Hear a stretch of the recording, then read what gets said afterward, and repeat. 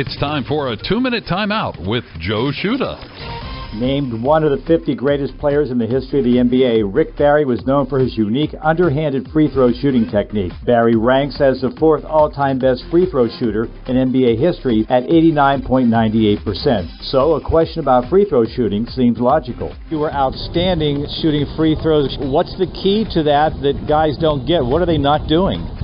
Well, they just haven't perfected whatever it is that they're doing properly. They obviously don't have the proper technique for a lot of them. They don't have good fundamentals, and they don't practice enough to get to the point where you develop confidence in your shot. That's what it really comes down to. You have to have confidence in your ability to get up there and be able to perform what you're supposed to perform on a consistent basis.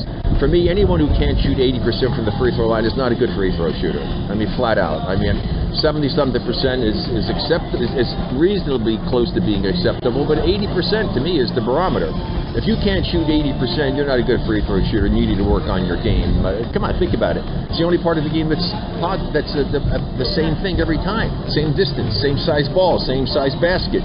Nobody's trying to prevent you from doing what you're doing. How do you even live with yourself if you can't make 4 out of every 5 shots? I mean, seriously. Every time I missed, I was upset with myself, and I actually got better. My last 6 years, I made an adjustment to my father's technique, and I shot over 92% over those 6 years. My last 2 years, I averaged over 94%. I only missed 19 free throws in my entire last 2 seasons. 19 free throws. There was one player from the Detroit Pistons who missed 23 shots in 1 game a couple of seasons ago. Come on.